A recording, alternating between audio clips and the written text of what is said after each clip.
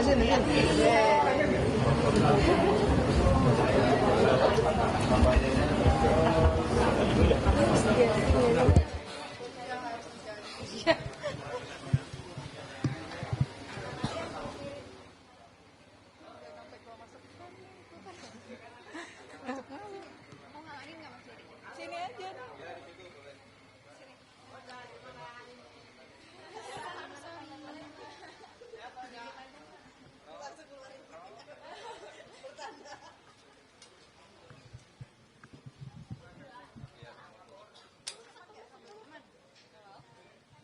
Bang Dirham,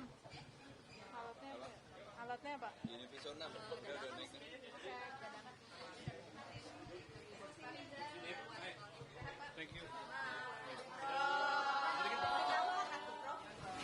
Ayo, mau tanya apa?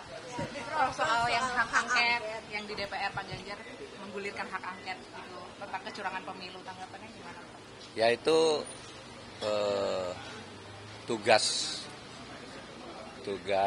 DPR ya. Nah, DPR itu artinya partai. Saya kan bukan partai, saya tidak tahu. Itu katanya mau komunikasi juga sama Paslon 01. Mungkin paslon dalam arti partai pengusung, bukan paslonnya. Paslonnya seperti saya kan bukan orang partai, tidak mungkin komunikasi urusan angket. Tapi pembicaraan hak angket itu benar sudah dibicarakan waktu tanggal 15 kemarin itu. Oh iya, angket, interpelasi itu dibicarakan, tetapi itu rapat partai pengusung. Sedangkan paslon ditugasi masalah hukum. Nah, dan saya sebagai paslon masalah hukum sudah nyerahkan ke sebuah tim khusus. Jadi saya juga tidak tahu tidak harus tahulah apa yang dikerjakan, mereka terus bekerja. Yang tim khusus. Prof, kemarin TPN mengkritik soal Sirekap KPU bermasalah. Ini kalau kamu sendiri lihatnya bagaimana? Bukan hanya TPN ya, masyarakat pada umumnya di seluruh Indonesia itu mempersoalkan Sirekap. Ya. Bahkan sudah ada yang mengusulkan tentang audit digital forensik terhadap Sirekap itu. Jadi itu supaya diaudit benar itu bagaimana kok bisa terjadi amburadul begitu. Berbagai cara kesalahan secara teknologis gitu kan ditemukan.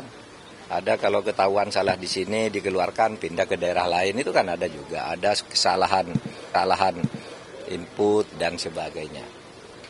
Nah itu sebabnya lalu menimbulkan kecurigaan. Oleh sebab itu perlu diadakan audit digital forensik terhadap Sirekap dan sistem data server KPU-nya sekalian. Saya mendengar tadi Mbak siapa tuh yang anggota KPU itu menjelaskan ini sudah diaudit oleh lembaga yang berwenang. Menurut saya bukan lembaga yang berwenang yang mengaudit, karena ini soal politik dan kepercayaan publik, harus lembaga independen. Para ahli IT dari berbagai perguruan tinggi itu diaudit. Dan apa betul itu kontraknya dengan Alibaba, dengan sistem distribusi datanya lewat Cina, Singapura, dan Perancis lagi. Itu kan harus diaudit. Karena itu yang menemukan orang lain selama ini kan rahasia itu. Baru dijelaskan di situ bahwa ya tetapi tetap dikendalikan dalam negeri. Tapi kenapa tidak sejak dulu terbuka? Maka saya sangat setuju. Di luar soal perkara ke MK, saya sudah serahkan ke tim khusus. Di luar soal perkara ke MK, kejujuran pemilunya itu menyangkut semua, menyangkut masa depan bangsa, menyangkut demokrasi. Itu audit digital forensik supaya dilakukan. Dan itu bisa. Dan beberapa hari lalu si Holik dari KPU udah mengatakan siap diaudit. Nah ayo dong.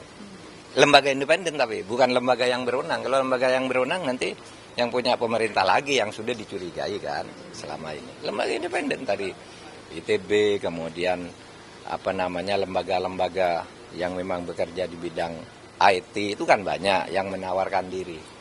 Karena semuanya menemukan kesalahan. Kalau memang mau jujur ya audit sekarang. Itu benar enggak gitu. Tentu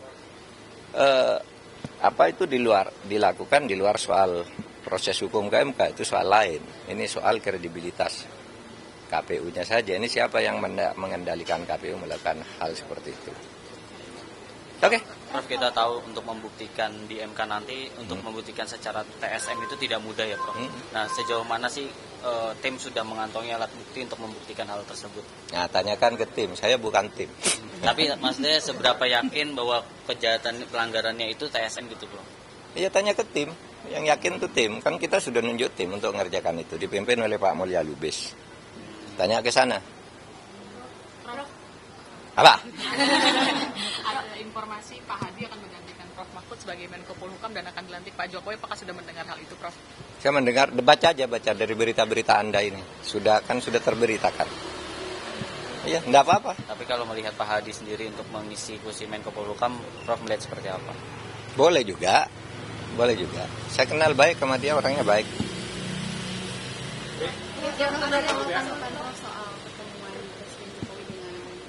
Surya Paloh. Dari sini hukumnya seperti apa? Ya, di Soalnya tengah. katanya Jokowi bilang sebagai jembatan seluruhnya gitu. Memang ada perpecahan atau gimana sih, Prof? Kok harus dijembatani sama Pak Jokowi? Iya. Ya enggak tahu saya. Kan kemarin saya sudah bilang itu yang tahu Pak Jokowi dan Pak Surya Paloh. Kalau saya kan tidak bisa menduga-duga. Semua bisa terjadi ke depan ini. Namanya politik juga, dinamikanya akan tinggi. Belum lagi kita melihat gerakan Pak Prabowo itu nanti bisa menjadi fenomena sendiri. Yang Pak Jokowi dengan yang lain fenomena sendiri. Itu ya biasa politik. Yang penting nomor satu, negara ini selamat. Itu satu. NKRI tetap menjadi rumah kita. Ya, NKRI sebagai bentuk negara ya.